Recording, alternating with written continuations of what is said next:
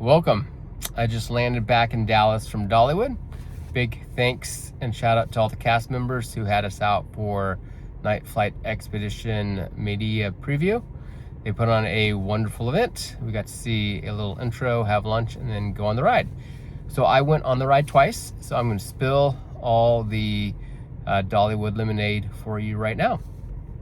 The ride itself, is the first of this kind in the United States, and it is amazing. I wish the ride itself was twice as long, maybe another couple minutes. They say it's 5 minutes. It feels shorter than that, maybe just because it's so much fun and it's such a beautiful journey, but there are going to be lots of spoilers. So you start out at this beautiful loading platform. Boats don't move, you hop in, and then you head towards what looks like a sunset. Beautifully lit trees, and you take a right turn, left turn, and then kind of like slowly sail down kind of into the mountains, and then you take a sharp left turn into the turntable element that is kind of like a mini Star Tours type ride where I don't know how long you're in front of the screen. I should have timed it. May have felt like maybe a minute and a half, maybe it's a little bit longer, but here's where you kind of get, and the whole platform moves, so it's very Star Tours-esque.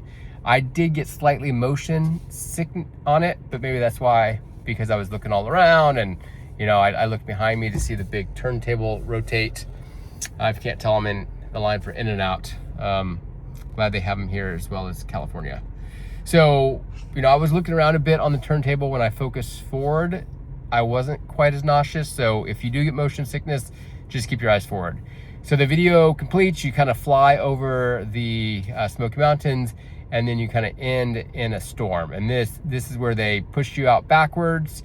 You kind of, go down, back, and then they tell you that the cave you're in is flooding. So you can look up and there's blue lights. It's very beautiful, sound effects all over.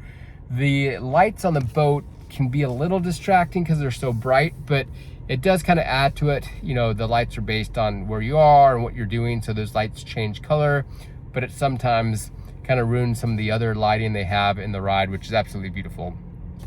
So this is part of the rapids ride. So you're escaping a cave as it floods, and it is, the ride just goes straight into the rapids. I was in the third row, I did not get wet. A guy I rode next to was in the front row, and he said all his shoes and everything got completely soaked. So if you don't want to get wet at all, avoid the first row, possibly.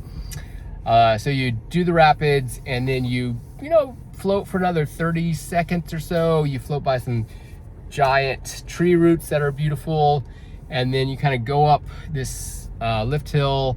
You kind of see like giant, I think it's the moon at this point, and then you have, I think the only big drop in the ride, but it's kind of drop with a hill at the end, so you kind of go whoop back up again.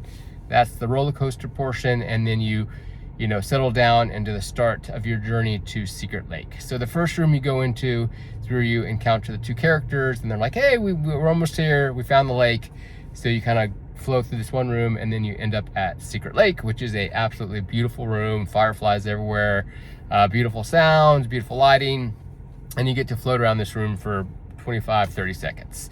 Overall, the ride is amazing. Wish it was a little bit longer, but for the footprint they have, they did so much in this building. So if you're anywhere near Dollywood, highly recommend you fly out there and check it out when it opens. They only had, I don't know how many coaster cars they had running for us, but the line didn't move quite as efficient as it probably will in a couple weeks as they work out technical difficulties, but the staff and everyone on site was amazing. So thank you, Dollywood. Highly recommend NightFlight Expedition as our first Mack rocking boat ride in the United States. It was worth the wait, and can't wait to see what other theme parks do with this technology.